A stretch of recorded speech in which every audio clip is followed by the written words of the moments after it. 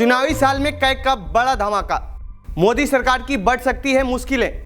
आयुष्मान योजना, राम मंदिर पर बीती अनियमितता का खुलासा। राम मंदिर में करोड़ों रुपए की ठेकेदारों ने की हेराफेरी। आयुष्मान योजना का लाभ उठा रहे हैं मृतक।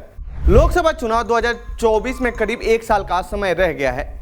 सभी पार्टियां खुद को मजबूत करने में लगी हुई हैं। इस बीच भारत के नियंत्रक एवं महालेख परीक्षक यानी सीएजी ने केंद्र सरकार की मुश्किलें बढ़ा दी हैं। मोदी सरकार का ड्रीम प्रोजेक्ट आयुष्मान योजना, अयोध्या विकास परियोजना और द्वारका एक्सप्रेसवे समेत कई योजनाओं पर सवाल खड़े किए हैं। इन खुलासों के बाद एक बार फिर सीएजी के 2011-2012 की रिपोर्ट की अब चर्चा होने लगी है, जिसमें उसने 2G जैसे घोटालों का खुलासा किया था, जिसकी वजह से यूपीए को अपनी सत्ता गंवानी पड़ी थी। तो आइए जानते हैं इस रिपोर्ट में सीएजी ने क्या क्या खुलासे किए हैं और क्या है सीएजी और कैसे करता है काम। तो सबसे पहले हम जान लेते हैं कि सीएजी क्या है और ये कैसे काम करता है। भारतीय संविधान में सरकारी खर्च की जांच पड़ताल करने के लिए एजेंसी बनाने का प्रावधान है। यह एजेंसी सरकारी कामों में हो रहे खर्च का ऑडिट करती है और इस ऑडिट को संसद और विधानसभा के पटल पर रखती है। इस एजेंसी को सीएजी या कैग कहते हैं। कैग को सरकारी कामों का ऑडिट करने का अधिकार संविधान के अनुच्छेद 149, 150 और 151 से मिलता है, जिसमें कैग के शक्तियों का वर्णन किया गया है। कैग प्रमुख की नियुक्ति अनुच्छेद 148 के अनुसार राष्ट्रपति द्वारा किया जाता है। प्रमुख को उसी तरह से हटाया जा सकता है जिस तरह से सुप्रीम कोर्ट के एक जज को हटाया जाता है। अब जानते हैं कैग ने अपने ताजा रिपोर्ट में कौन कौन से खुलासे किए हैं। इस रिपोर्ट में सबसे बड़ा खुलासा आयुष्मान भारत की योजना को लेकर है, जो कि एक तरफ पीएम मोदी का ड्रीम प्रोजेक्ट कहा जाता है।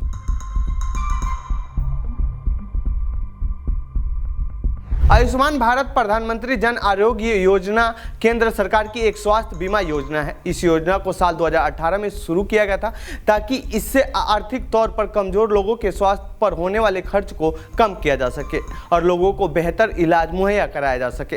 अब कैग ने अपनी रिपोर्ट में दावा किया है कि इस योजना के तहत मृत घोषित किए जा चुके लोगों को 6.97 करोड़ रुपए का खर्च किए गए हैं।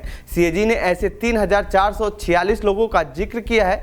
कितने रुपये की हुई है हेराफेरी। इस योजना के तहत सबसे ज्यादा केरल में अनियमितता देखी गई है। केरल में 966 मरीजों के लिए 2,60,09,723 रुपए जमा किए गए हैं। इसके बाद मध्य प्रदेश में ऐसे 403 मृत मरीजों के इलाज के लिए 1,12,69,664 रुपए दिए गए हैं। इसके बाद छत्तीसगढ़ में 365 मृत मरीजों के लिए 3,03,70,985 रुपए जमा किए गए हैं। राम मंदिर। अयोध्या में राम मंदिर का उद्घाटन पीएम मोदी को 2024 के लोकसभा चुनाव से पहले करना है ताकि उन्हें चुनाव में इसका फायदा मिल सके। लेकिन इस बीच कैग रिपोर्ट ने जो खुलासा किया है उससे पीएम मोदी को झटका लग सकता है। कैग ने अपने ताजा रिपोर्ट में बताया है कि स्वदेश दर्शन योजना में ठेकेदारों को 19.73 करोड़ रुपए की अनुचित लाभ दिया गया है, जो कि नहीं मिलना चाहिए था। स्वदेश दर्शन ऐसी योजना है जिसके तहत राम मंदिर समेत देश भर में 5 जगहों को डेवलप किया जा रहा है। कैग के इस खुलासे के बाद विपक्ष अब हमलावर हो गया है। द्वारका एक्सप्रेसवे। हरियाणा से दिल्ली तक बन रहे द्वारका एक्सप्रेसवे में भी गड़बड़ी का कैग ने खुलासा किया है। कैग के मुताबिक सरकार ने 18 करोड़ रुपए प्रति किलोमीटर के खर्च से इसे बनाने की अनुमति दी थी, लेकिन NHAI ने इसे बनाने में 250 करोड़ रुपए प्रति किलोमीटर का खर्च कर रहा है। इस पर अधिकारियों ने मीडिया को बताया है कि कैबिनेट की मंजूरी मानक 4 लेन राजमार्गों के निर्माण पर आधारित थी, जबकि यह परियोजना 14 लेन की है। 8 लेन एक्सेस नियंत्रित और 6 लेन सर्विस रोड है।